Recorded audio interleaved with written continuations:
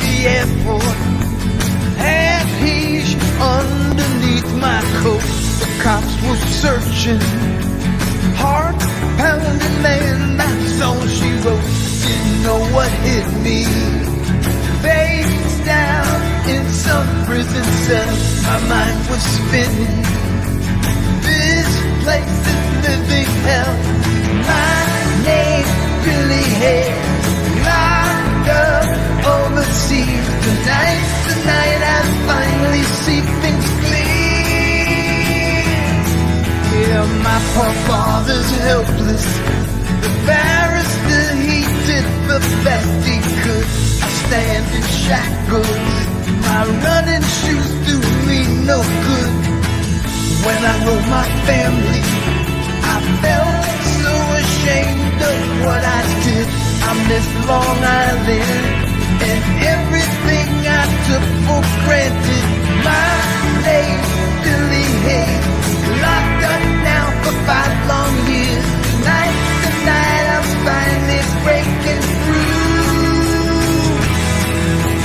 Crashing out the prison wall that's somewhere deep inside us all. Mama, don't you weep, I'm telling you.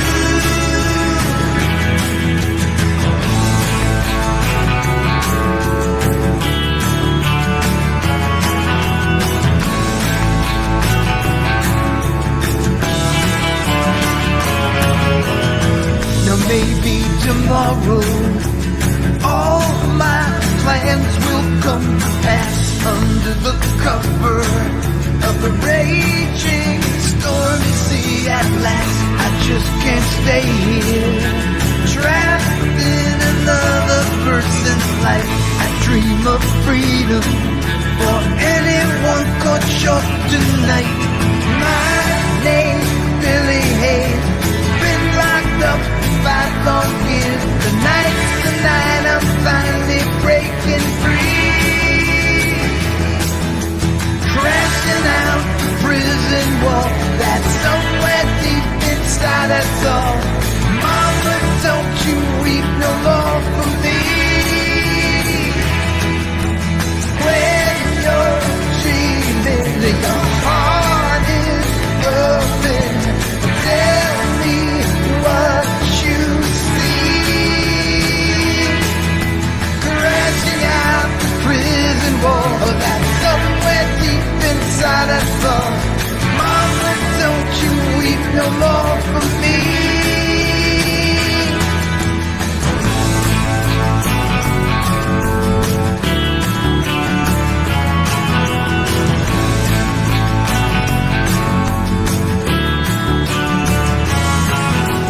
My name Billy Hayes. My name Billy Hayes. My name Billy Hayes. My name Billy Hayes. My name Billy Hayes. My name Billy Hayes.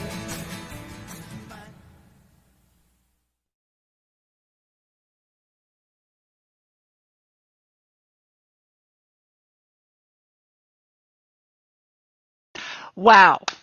Welcome to a very special edition of Spirituality Gone Wild. I am Debbie G. And guess who we have in the house?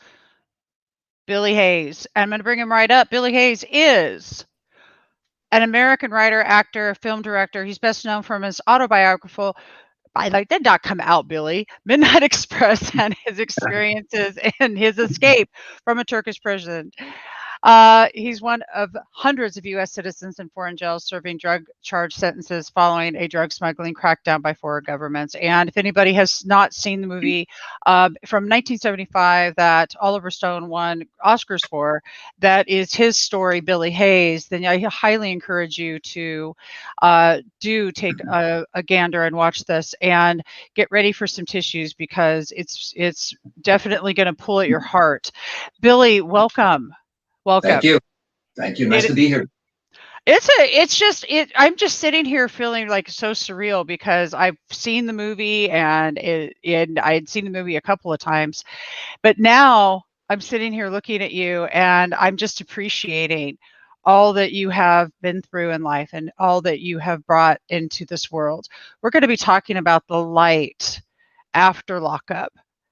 And that's what I really want to bring forward today is that. So let's just dive right into it. And let's talk about what happened that fateful day that you were at the airport.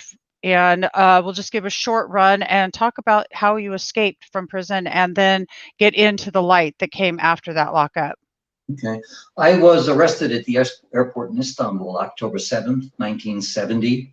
I had 2 kilos of some really good Turkish hashish, cannabis. Was it like super good? Did you try this too? It was the best hash I have ever had in my life. Oh shit, I bet. I was wondering about that too.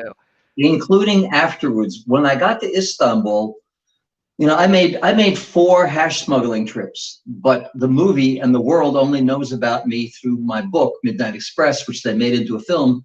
That's only dealing with the 4th trip where I got arrested and spent 5 years and then escaped. I couldn't, in 1975, when I came home, it was the height of the war on drugs. I couldn't mention, my lawyer was very clear about it. He says, you cannot talk about your first 3 smuggling trips. So I couldn't talk about anything except the worst part of my experience. I loved Istanbul. I loved smuggling. It was an adventure. I was 22, 23 years old. It was like, once I got away with the first smuggling trip, where I taped 2 kilos of hash to my leg and then dipped.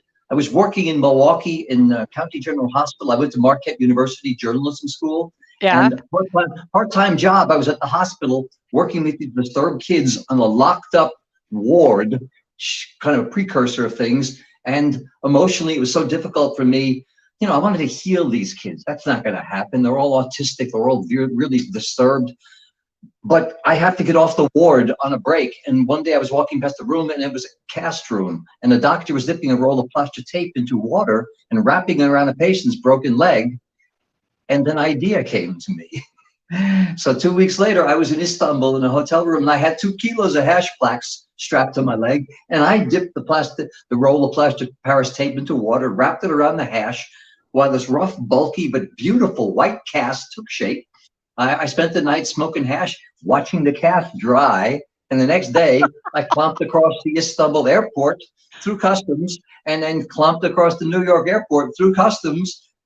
I mean, I could have been busted a couple of different times, just little tiny degrees of things, but I made it through. And once I got through the first time, I was invincible. I knew I could never get touched. Yeah. So I smuggled the second time and the third time.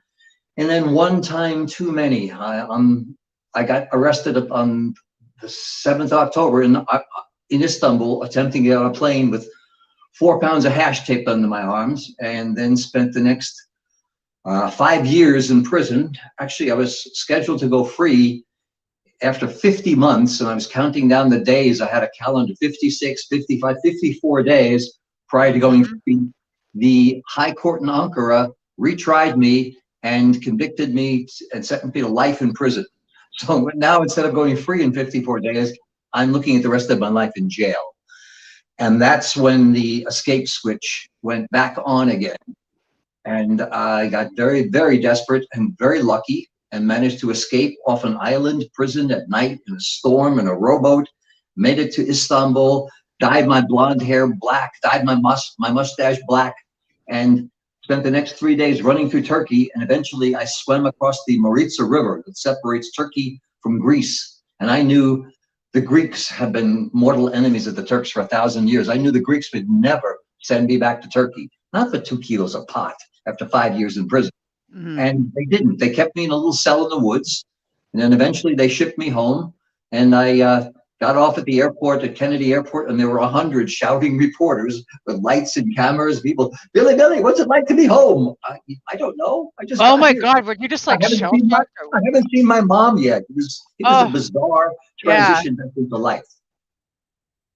I'm imagining. I mean, you've been through it, and y'all need to watch the movie to kind of get a scope, because we're not going to go deep into that since the movie is out. But we're going to get into afterwards. I can't even fathom what must have been real for you at that moment of getting off that plane and seeing your family again, though, and stepping back into that. That had to have been the deepest moment of appreciation ever. It's one of the things that, again, prison was the worst and the best thing that ever happened to me. It forced me to grow up, forced me to take responsibility for my actions, to learn about strengths and weaknesses. I learned about my reason for being. I mean, there were so many Yeah. good things that came out of prison within the rest of the normal prison stuff, which is, you know, dirt and violence and pressure and all that sort of stuff. That I can handle the dirt, I can handle the violence and everything else. The hard part for me was literally the daily pain that I was causing to the people who loved me most. 50 years, I can barely talk about it now. It's so strange because I knew every night my mom went to sleep with pain in her heart for her son. You know, if you back your car out of the driveway and you break your mom's leg, oh, that's terrible. Oh my God. You take her to the hospital and they put a cast on and it gets a little better. The next day it gets a little better and the next day it gets better. It never got better for us. It just kept getting worse. And when it started to look like maybe it was getting better after more than 3 years, and it looked like I was actually getting out and getting ready to come home, suddenly I was retried and looking at the rest of my life in prison. And I think about my mom, what she was going through. That was the hard part of jail. I'm imagining so. And I'm also feeling like it was that love that your mom had for you and has for you, even though she may not be physically here, that kept you in all respects going. I have 2 sons. I know that no matter what, sending my love into their heart. So I love that connection. What you also really did start doing meditation, though, and getting into some practices in prison that helped you to get your mind strong, because with what you went through, they were trying to tear your mind down. So you really had to step in and pull from your own internal resources. What did that look like? I was actually quite lucky. About 6 months before I was arrested, I had found a copy of Light on Yoga, B.K.S. Iyengar's classic book, Light on Yoga. It was actually in my backpack while I was at the airport with my arms in the air being arrested. Light on Yoga was right behind me, and I literally did yoga every day while I was in prison for 5 years, and now I've done yoga every day for 50 years, and it truly saved me. It saved me in jail. I was young, I was very healthy, and I was an athlete, and I'd done martial arts and all that bullshit. But emotionally, I was even crazier than I am now, and I desperately needed something to ground me in the midst of this insanity of my life and the whirling and the uncertainty of what was happening, and to me, to the world, to my literally to the cell block I was in when they had a riot once, when there was a big shooting and guards running through that stuff. I needed yoga to just settle that down, and I began to do a series of meditation techniques. You know, I read things from the books and I tried stuff, and I developed over 5 years sort of my own meditative techniques, which I included in my daily yoga, and they've saved me. They still save me. Beautiful. I'm loving this. Because here's what's coming to me right now is that you never had a doubt. You knew damn good and well you were going to get out, and no one was going to fucking stop you. Like, this is it. You're out. You're going to do this because you did do it. And there's no way you could have done that, Billy, without that strength and that reverence and tenacity of who you are. I mean, it's impossible. So in your mind, I'm just imagining the strength building through that yoga. What was that like? Well, one of the nice things about yoga is and breathing techniques, it helps you when I get personal, I say third person you, it helps me get centered into. I have a little incantation I do in the mornings about balancing myself and having I have a body. I'm not my body. It's part of me. It's not me. And then I connect and I do an assessment of what is my body. I have emotions. I'm not my emotions. They're part of me, but they're not me. And then I go through where I'm at emotionally. And I have an intellect, I'm not my intellect, it's my connection to mind, and a way for me to sort of balance things down between my mind and my emotions and my body. And once I get things in line, and once I start to have my breath bring me an awareness of the fact that we live in that moment between thought. We live in that moment between breath. We're so busy, there's so much going on that we're always thinking about, and yet here we are, still existing in this moment now. It always sounds so strange when I talk about it. I had an experience in jail. I used to do a lot of psychedelics. I loved psychedelics. And I had some LSD shipped into me in prison underneath the little Par-Avion stickers on my letters. About 10 tiny hits of acid would fit under there.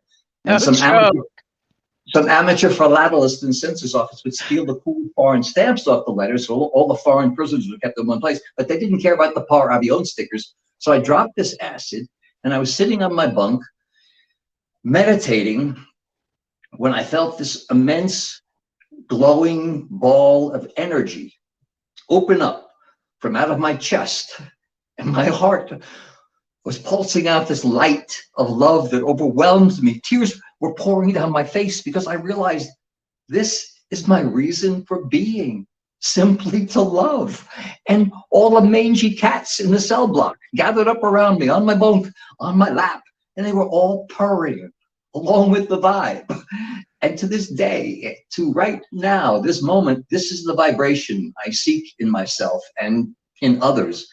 This alone made prison worth it for me.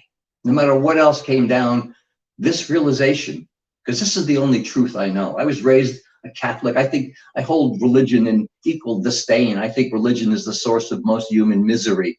Agreed. But love is the only reality I can touch and feel and believe and know this is real. And when I stay here, all my decisions, all my actions are the ones I need to be making. When I leave my heart center and my head starts working or my balls start working, I end up in the strangest places. But if I stay with my heart, it's what led me to Wendy. I met her at the Cannes Film Festival in 1978 when Midnight Express premiered there, of all places, the height of hype, to meet someone so real and true. And we've been together ever since. We've been married for 40 years now. All coming out of prison. I keep saying I needed to go through all of that to get to you, dear. And she says, save that bullshit for your audience. But the truth is, I did need to go through all that to get to her and to get to where I am now. Wow, I love this. And I mean, this is just one of the most beautiful, this is the message that you can go through anything in life. And how you choose to even now reflect on it is how we will see our life as beautiful or not. And I'm loving this. There's a couple of other things I really want to get into that we had talked about briefly, and that is your trip back to Turkey and back to Istanbul, because I think it is very important for those who are listening to your journey to hear about these extraordinary levels of heart conscious space that you live in because of when you went back. Interesting thing, most people, if they know my story at all, I mean, it's 50 years ago now. I mean, the audience is like people my age who, they're so senile, they don't even remember who they are. And then younger folks who didn't see it, and it's long gone now. But the reality for me is when the movie came out, my book was one thing. When the movie came out and it premiered at the Cannes Film Festival, it was staggering. I mean, literally, my face and my story spread out across the world. It was wonderful, and it was frightening, and it was difficult, and it caused me all sorts of adjustments to have to make to suddenly be famous and to have these people asking me stuff. And I don't know who I am. I don't know what's real. It was a difficult time in many, many ways. And finding Wendy and finding the love that she brought to me settled things down and allowed me to now find out, what do I want to do? I'm out now. My whole thought for 5 years was escape, escape, escape, escape. And then I'm out. Well, now what do I do? And luckily, I'd been a writer. That's why I went to Marquette University. I went to journalism school. In fact, I went out onto the road to experience life so I could write about it. Surprise, surprise. Go I got the books, but not the ones I was thinking about. Anyway, I get lost when I'm talking about this. Please, you direct me. Well, we were talking about, because we're going to talk about when you took your journey back to Istanbul. But however, Yeah. I'm loving the fact that you have taken an experience that some people could turn and say, "Oh my God, could you believe this happened to me too? Hey, check this out. This is what happened for me." And I also want to interject something really quickly for all you that watch now or in the replay. It's because of people like Billy Hayes that were willing to be smugglers and go across and do some things that were at one time considered illegal. Well, I guess you still can't really smuggle, but here's the deal. We have weed laws. I'm in California. We have the best weed laws ever. Well, Nevada's pretty good too, and Colorado, and the rest of the United States will catch up. But medicinal cannabis saved my life, and so my heart says thank you, because you went through all that you went through for every single person out there that uses CBDs or marijuana medicinally or Rick Simpson oil or anything, because without you guys, we couldn't be here right now having this conversation. So thank you.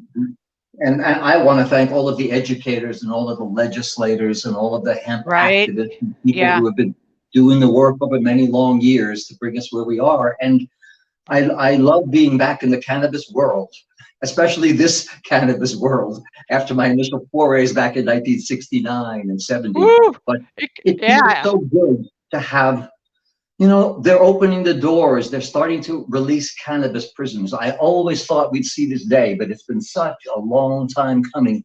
But it's happening now. As we speak, there's still hundreds of thousands of people, cannabis prisoners and their suffering families behind bars. But places like San Francisco and Portland and New York, they are starting to release cannabis prisoners. And that's a joy. That's something that we needed to deal with. You know, the war on drugs has been so destructive and such a monumental failure, that to have it coming around now where cannabis is recognized as a health issue, something that can be helping people, something that can be replacing fossil fuels. Hemp, mankind has honored hemp for thousands of years. You used to be able to pay your taxes with hemp in America not so long ago. And to have the last 70 years of a war on drugs, it was insane. It was hypocritical, and it's ending. And it's about time. Amen to that. Woohoo! Darn right. Well, you know, Craig Perlowood, he was telling me that the original American flag was made out of hemp as well. Betsy Ross, the flag was out of hemp. The Constitution was written on hemp. The sails of the Mayflower were made out of hemp. You know, it's only the DEA. It's J. Edgar Hoover and what's his name? That Anslinger, that motherfucker Anslinger, he has so much blood on his. Did you see? Anyway, I'm going off subject. Well, yeah, that's okay, because but we've made a really good point here. So just so y'all get it, because now we're going to take a deep dive right back into your experiences, because your experiences that you're able to bring forward are motivating to the human beings out there that you thought you had some hard stuff, and when you see someone like you, Billy, just take what you've been through and make it work in such an extraordinary way. It's just, I am just in awe. So you went back to Istanbul, you went back to Turkey, and I want to discuss that experience, because that's that's a profound what you went through there. Well, you know, people who saw the movie, most people, you know, I've written a couple of books and this very thing, but most people know my story through the film Midnight Express. And in that film, there's a famous courtroom scene where, instead of going free in 54 days, I get resentenced to life in prison. And my character gets a chance to speak in the courtroom. And that speech to the court was written by Oliver Stone. And in that speech, that got me cursing out the nation of Turkey. You're a nation of pigs. I fuck you all. I fuck your sons. I fuck your daughters. That speech enraged the audience against the Turks and the Turkish government. It enraged the Turkish people and the Turkish government. They got me killing a guard too, going out the door, which I didn't do. That's when the movie came out, that's when the Turkish government issued the Interpol warrant for my arrest.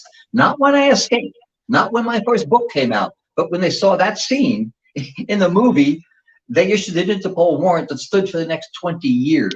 No That's being shit. written by Oliver Stone. What I said in the courtroom was something about, you know, laws change from one country to another and one time period to another. And if after more than 3 years in your prison, you're going to sentence me to more prison, I can't agree with you. All I can do is forgive you.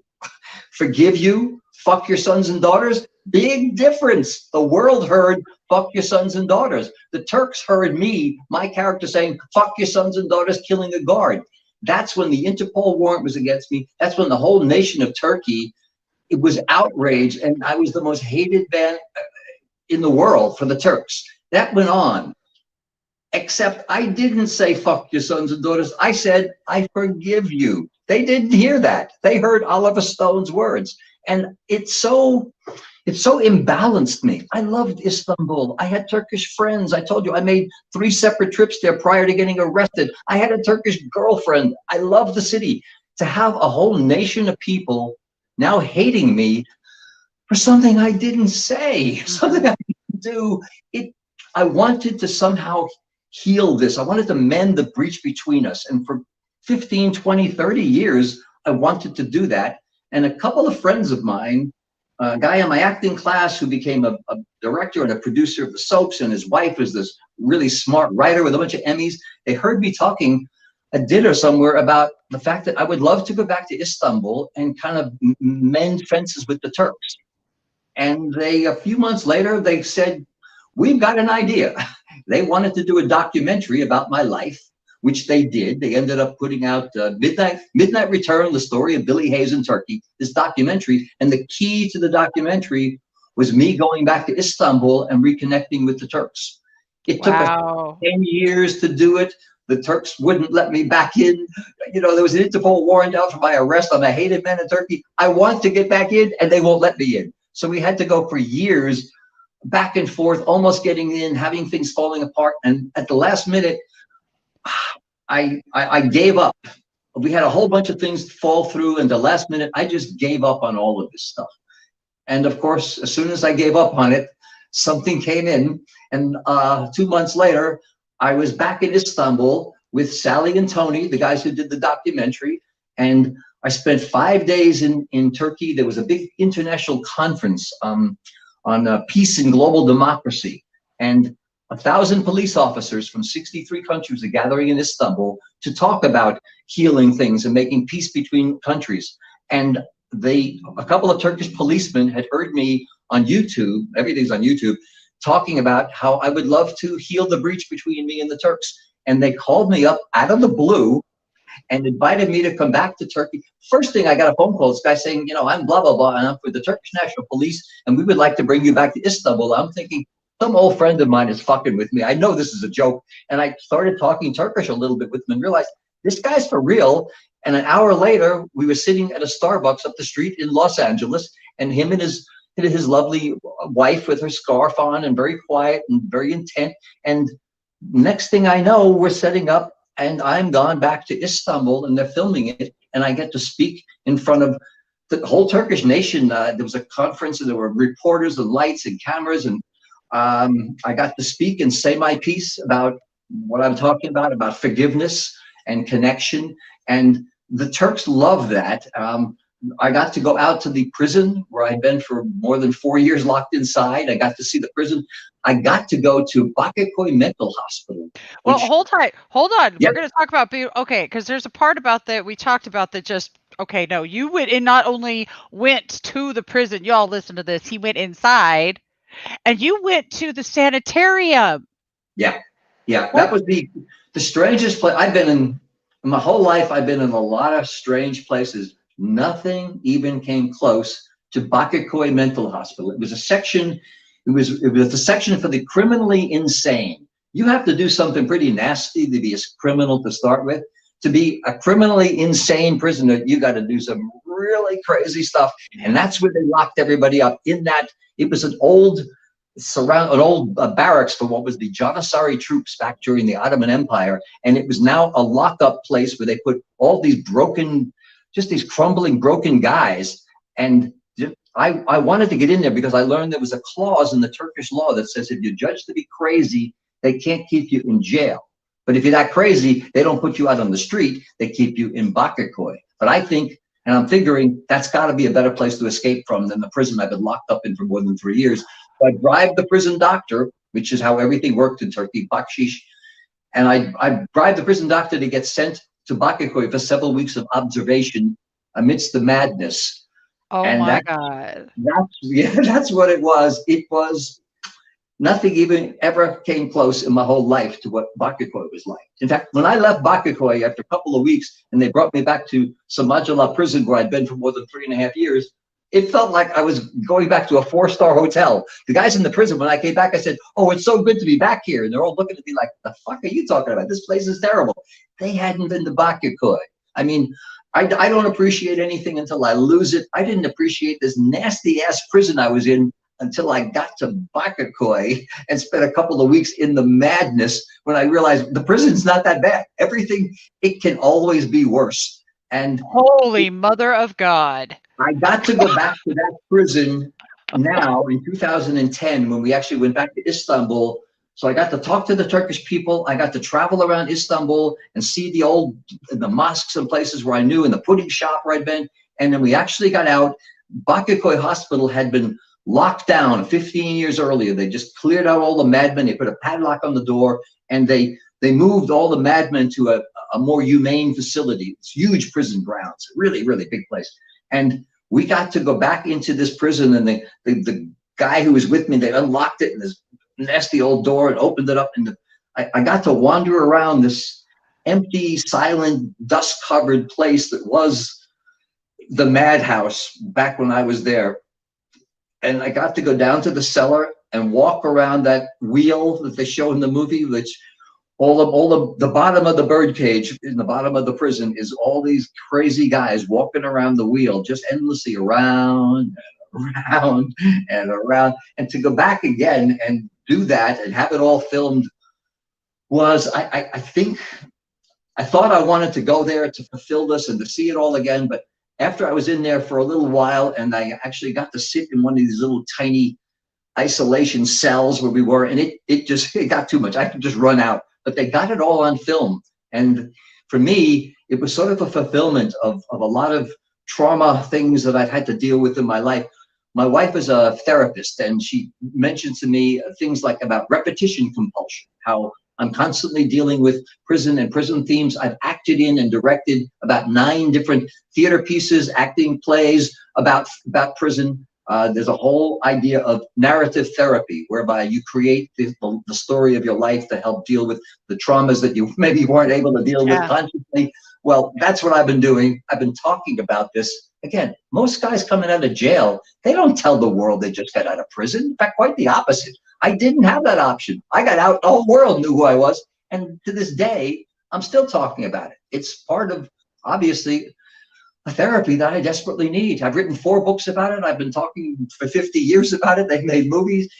And I imagine I'll continue to talk about it because people seem to be, I thought people are going to be sick to death of hearing all this Billy Hayes Midnight Express bullshit. And then I started doing this one-man show that I've been doing now for like almost 7 years around the world. I want to show a little snippet from that. But before we do, I want to visit the most awesome part of everything that you just shared, and that was how that when you went over to the sanitarium and you got back to the jail, that your appreciation was like, wow. And then how you said you got to lose something to really appreciate it. And I do believe that what we've just been through in this last year and a half, all of us in the entire world could just take a minute with that. How deeply are we all appreciating our existence in our life now? And I want to appreciate you, Billy, for that right there. That in itself is why I do that, and love. The 2 things that you've talked about tonight that have been just so beautiful and profound are love and appreciation. 2 of my favorite things. I call that lovitude, by the way. That's your gratitude moment. Spark that G vibe. That's your gratitude vibration. Keeping that vibe high is what we do. Yep. Now, you all check it out. I've got a treat for you. So I'm going to play just a little itsy bitsy snippet of something very special from Billy. Is We'll be this right. riding the Midnight Express? It sure is, and we will be right. And we'll be right back. I was arrested at the Istanbul airport, October 7th, 1970, with 2 kilos of prime Turkish hashish, marijuana, taped all over my 23-year-old body. Coming as a 67-year-old guy, looking back on what life was like for this 23 to 28-year-old kid, when I get into telling the story, it pretty much overwhelms me. I breezed through customs with the normal 2 kilos taped under my sweater, and they put us on a bus to take us out to the plane. And the bus stops, a Turkish cop steps on and stares down the aisle. Women, stay, men, out, back, out, out. And I look out the window at Turkish soldiers with rifles surrounding the plane. They drag me into the stuffy, smoky room at the airport full of soldiers and cops. They yank my sweater up and rip the hash from under my arms and rip the hash from around my waist. And it was like, this can't be happening to me. I can't be getting arrested. While I'm getting arrested, I'm thinking, I can't be getting arrested. This burly guard takes me away from the rest of the guys, leads me down a long concrete hallway. We stop in front of one gray steel door. It's slid open. I'm shoved in, the door clang shut behind me. And I'm in my new home. I discovered things in jail about myself that would balance very differently than the image you have of that guy in the movie. People, places, food, culture, law, language, everything changed. And I had to change with it. And change reveals strengths and weaknesses I never knew about. If you're weak, you pray, P-R-E-Y, pray in jail. So I needed to stay strong and healthy. I am so lucky to discover yoga when I did. It was Iyengar's classic Light on Yoga book I was shoving into my shoulder pack while I was being arrested. And I have done it every day since. Every single day, it helps me take a fix internally on who I am and where I am and what's going on. I hear the distant voices calling out to the faithful, Muslim priests and minarets, lighthouse keepers of God, and that plaintive sound drifting across the quiet city and above the sleeping prison. Allah Akbar. Allah Akbar. And then I'm stunned to hear that the High Court in Ankara has rejected my original 4-year sentence, and now I'm to be retried and will be sentenced to life in prison. And I'm kind of floating above the courtroom now, looking down. It's so surreal. As the judge sentences me to life in prison, which he's able to reduce to 30 years, thanks, I guess, and the escape switch slams back on. I was so desperate after 5 years in jail, I had to get out. Imrali Island prison, out in the Sea of Marmara. The sea is considered the wall around the prison. On the morning of October 2nd, 1975, awake to a dark sky, full of boiling clouds and a storm brewing for sure. And down the cobblestone road to the harbor, I see the early boats are rocking and bobbing, and I know this is the day. Life gets simple, and for me, it got real simple. It's I'm going to escape or I'm going to be shot. I'm not going to get caught. I'm going to be free. I slide right into the cold waves, breaststroking out through them. I pull myself up and collapse into one little dinghy, and the dinghy rocks and strains against its tether rope. And I start sawing, and the rope won't cut. When the rope snaps, and the dinghy swirls away. I'm rowing, I'm chanting to myself to keep the rhythm. They catch me, they beat me. Make it, I'm free. Catch me, they beat me. Make it, free. Catch me, they beat me. Make it, I'm free. Free.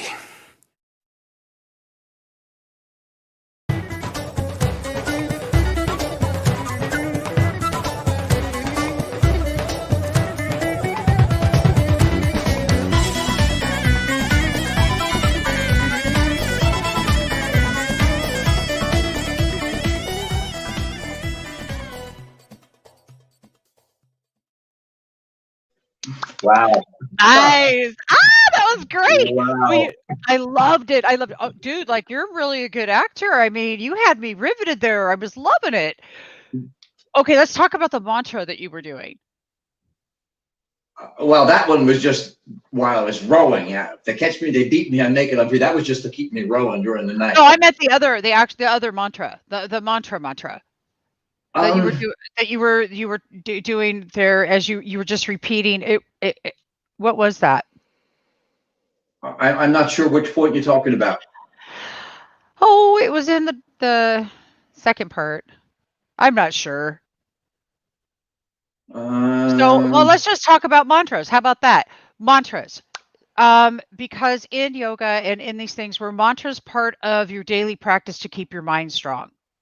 yes, it was just a way of kind of aligning myself and taking a fix on, again, my physical, my emotional, and my intellectual centers have to be in line for me to continue through the day. So my early morning connections would put me in line and would allow me to get through the day, which is really all I was trying to do in jail, was to make it from one day to the next and not freak out, not lose my mind, not do something stupid and make things worse, because actions have consequences. I never considered the consequences of my actions in terms of smuggling and running the world and running with the bulls and doing all that crazy stuff, until not only was I arrested, and it was like the next morning after being arrested when they came and they brought me a pencil and a paper and locked me in this little room and had me write a letter home to my folks. That's when things got real. That's when I had to face what I've done. I mean, I could fool myself for so long, but now I've got to write a letter home to them, and I know what this is going to do. I'm so lucky. I had the best parents. I've had just an amazing family, and the idea of the pain this is about to cause them was devastating, and it still is. Yeah. 50 years later, it still is. Well, the compassion that you have for all the people that were affected by this is huge. You got back and you got married and you began your life. Tell me a couple of things that have, besides getting married, what else has happened after you got back that was just wonderful? Every moment is wonderful. Every day I wake And up, and do you ever not do that? I mean, seriously. if I find myself complaining too much, it's like, shut the fuck up. I mean, I'm healthy, I'm free, my wife still loves me, nobody's beating my feet. Everything else is gravy. I have to remember that. If I start moaning or whining, if I don't do it myself, Wendy will do it. It's like, what are you bitching about? Like, no matter how bad things are, they're not so bad. It's like, I'm not in jail. Nobody's beating my feet with a stick. I'm not looking at the rest of my life in prison. Everything else is, I'll deal with whatever else is happening. Even with the madness of the last 4 years, I kept thinking, this too shall pass, and it has. And I feel that the world, like what you said earlier, I believe this is a time for change. And I think this country, which desperately needs it, is going to find the heart that we need to move us into the next dimension, into the next iteration of what this country can and should be. I think we just missed a descent into a really deep, dark abyss of fascism and violence. And I think we've come out of it. And out of that, I think we're going to find something very, very rewarding and very good for all of us. But again, as my wife reminds me, right, but you're the guy who taped 2 kilos of hash under your arms and thought you were going to get on a plane. So what does that say about your judgment? But my judgment is we're a new world is coming, and it's here, and it's going to be a good one for us. Inshallah. I think you're correct. And actually, what is it now that you are 50 years past this experience? You've Right. been sharing the experience with everyone worldwide, and as we've already seen, we've saw how that love and appreciation are the two biggest factors. But something else that I've heard you talk about was change, and how things change, and the ability to be able to go with the flow and with change. I was picking that up as well. So let's get a little bit into that, because what was that experience like to learn what change really was and how to embrace that now. Well, I mean, I used to complain about I protested everything bad about America, the Vietnam War, civil rights, women's rights, and I took all the good stuff for granted. And then I lost it all in an instant.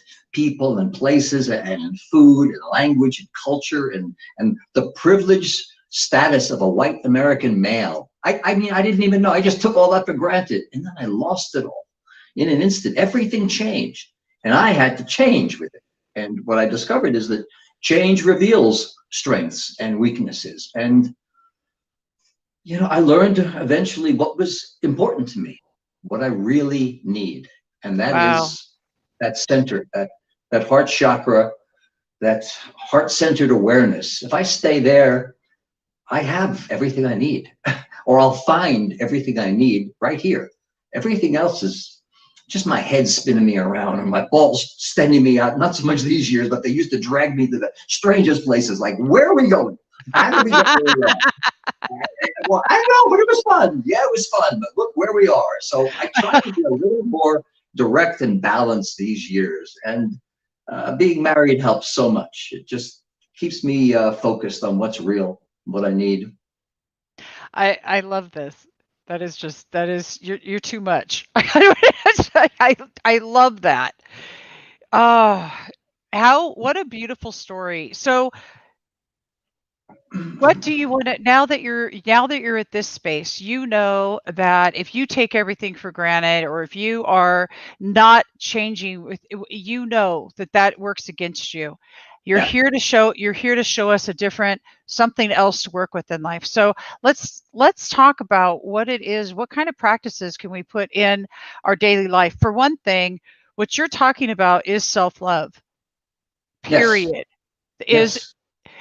So is it safe to consider that I can't find that outside of me? Well, I think that's where it exists. I think the in terms of a spiritual nature, I believe we all have within us that God thing that we talk about. Again, I was raised a Catholic.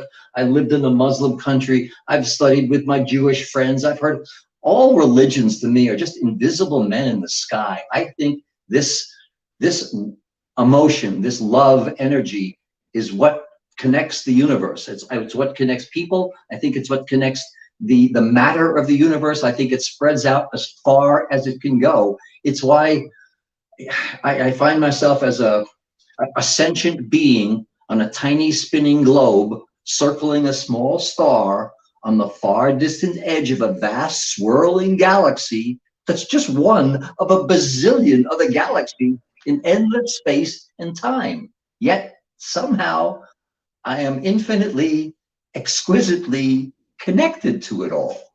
I don't know how, but I believe that. And that gives me perspective too, because otherwise we're just such a tiny little dot in the middle of blackness and emptiness, but somehow we're connected to it all. Maybe I just need to know that, so I make it up, but that's as true a religion as I know. And that's divinely channeled right there. Absolutely divinely channeled. And just scrumptious. That's what I love. This is Spirituality Has Gone Wild on steroids. I mean, for real right now. Like, this is,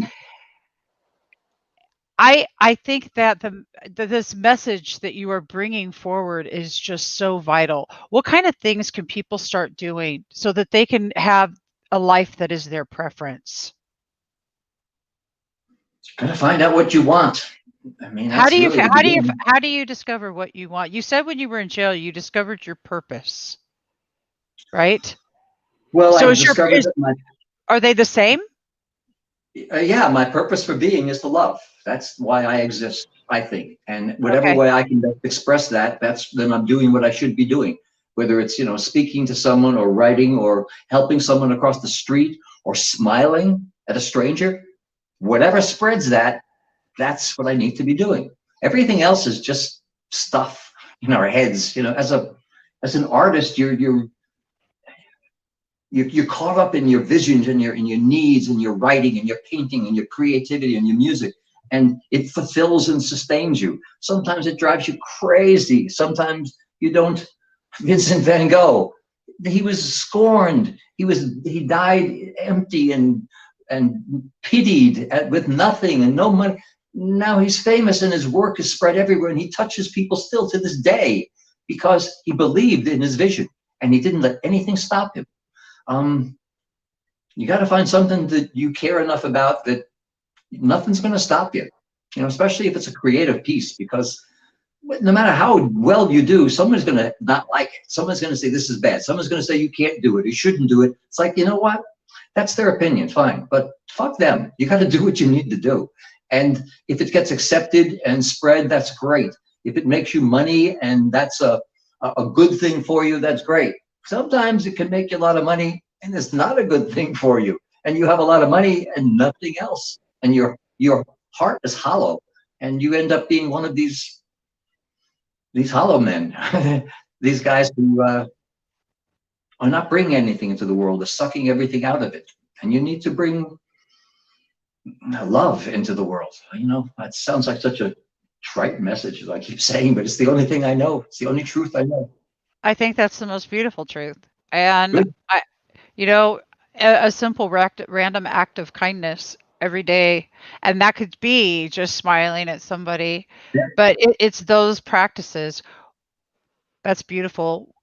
I think that the message that you're sharing about love is the most important message of all. The guards and the people that you were in prison with, would you say that at this point you have been through a process of forgiveness? Oh, very much so. I mean, it's why when I got a chance to speak to the court, that's what I did say to them is, You said, I forgive. Mm-hmm. It's in a moment of darkness like that. That was the darkest hour of my life. It's the only thing that really mattered. Everything else was. It's why I love Brad Davis, the actor, and he did a great job. But that courtroom scene where he's screaming, he's outrageous. This is Oliver Stone's words. All this anger and rage and hatred going out into the world. It still is. It's a terrible thing for me. And so many people have seen it. And this movie, 40 years later, Midnight Express is still playing, literally, all around the world. I mean, I see that once a year I get a statement from Colombia seeing where it's played at night in Spain or in some theater in France. It's still playing, and people are still watching it. So once we started to do my one-man show, Riding the Midnight Express with Billy Hayes, again, I was really hesitant to do it because I thought people got to be sick of hearing me telling this shit. But no, they're not. And the message was to find yourself. And I think people started to relate to the story just because everybody has been down in a dark place somewhere in their lives, struggling to get out. My story is a little more compact and dramatic, but everybody's been there. I have people come up to me. I do Q&A after every show. And I always have people come up and say, I was here or something was happening in my life there. And I thought about you and your show and it helped me come out. Well, if my work on stage can be an inspiration to help somebody find a light and find a way out, like, I'm so thankful. They're thanking me. No. I'm thanking them. They're giving me my reason for being and showing me that, it really does work. And it's like, oh, thank you. I love doing that show. We haven't done it now for a year because of the COVID, but 7 years prior to that, I've been literally all around the world doing the show, and people keep responding to it. So I'm hoping that we're going to stream it pretty soon here. There's a talk now of streaming it or getting it up again if COVID ever passes. But I miss it. I miss doing that show. I miss the audience. I miss the interaction afterwards. And I miss people telling me that it's touched them in a way that is good for them. And I need that to balance my karmic scale. I'm digging it because you have you've touched my heart in such a way, Billy, and I am just sitting here in such absolute appreciation of you. And your wish is about to come true because this weekend, or coming up next, this 420 at the Veterans Village Kids Community in Arizona, in Golden Valley, Arizona, near Dolan Springs, guys. Yep. Billy Hayes will be live with the other smugglers, including Bruce Perlin himself and his brother Craig, and we've got Frank, and we've got a few other people too. It is going to be unbelievable. And at 6 p.m. on the 21st, we're going to start a panel. And if you want to get in on this and ask Billy a question live, then come show up. It's free. The camping's free. Everything's free. This supports the Veterans Village, which is a community that is self-sustaining. And through the growth of hemp, the veterans will be able to employ themselves, pay for their housing and everything else. I don't think employ themselves is quite the right way to say that. In other words, the hemp sales are going to pay for their yeah. There you go. Just muddle that up. Why don't I? It'll work, though. Yeah. So this weekend, guys, it's going to be so stinking fun. We're going to have music, and I'm going to throw this up really quick. We're going to have music. We're going to have, on the 22nd, we're going to be planting 2,000 pounds of hemp seed, guys. Come on. You want to have your hands can be part of sowing the seeds that's going to allow the wonderful people who are vets to be able to be successful and live and have everything they need. Healing dome. We've got healing domes, yoga domes. It's gorgeous. It's not far from Pot Cove. Look that up in Arizona. It's completely awesome. It's fabulous. So it'll be a good time. It is going to be a blast. And in the description, there's a link to Billy Hayes' website. There's also a link to this event. So you can just click right in the description of this live feed from wherever you're watching it, whether it's YouTube, Facebook, or in a group, and you can get right over to it. So before that we finish up here, Billy, is there what else would you like to leave everyone with? I've written 3 books. I have my last book, which is Midnight Express Epilogue, Train Keeps Rolling. And it's kind of a follow-up on which includes my trip back to Istanbul and connecting again with the Turkish people. And eventually the documentary that was made that included the trip got shown in 2016 at the Cannes Film Festival, 38 years after the original movie Midnight Express was shown at the Cannes Film Festival, where I met Wendy. So 38 years later, in 2016, Wendy and I got to go to Cannes, and the documentary was up, and it was such a circle of love connection for us to come back there after all this time. I bet. I'm a lucky guy. I'm a really lucky guy. You are such a lucky guy, and we are, and I'm a lucky host because I am just so appreciating everything about you. And Wendy, your wife, rocks, by the way. Yes, she does indeed. She does indeed. Thank you so much for having me on. I'm going to be seeing you in a couple of days, perhaps. You are going to be seeing me in a couple of days. I'll be out there this Saturday, so I'm going to be there early. And yeah, we're going to everybody. Whenever you guys tell me to, I'll be there. I cannot wait. And you all get ready. You want to come meet some of us from Spirituality Gone Wild? We will be there live, and we have so many cool things. The healing dome alone, Billy, is going to rock. We have the vibration bed. We have all kinds of cool modalities going on. It's crazy awesome. I'm telling y'all, you want to come out. It's only an hour from Vegas? Hour and a half? Hour and a half, yeah. Pretty easy drive. Hour and a half from Las Vegas. So if anybody's curious about where the location is in Arizona, again, the link is in the description. So get that description, get the link. And if you can't make it, there is a virtual portion that you can go ahead and purchase for $20. And that is going to include all of the professionals in the medicinal marijuana world that are going to tell you all of the good things about cannabis. So I thank you and have a really good night, everybody.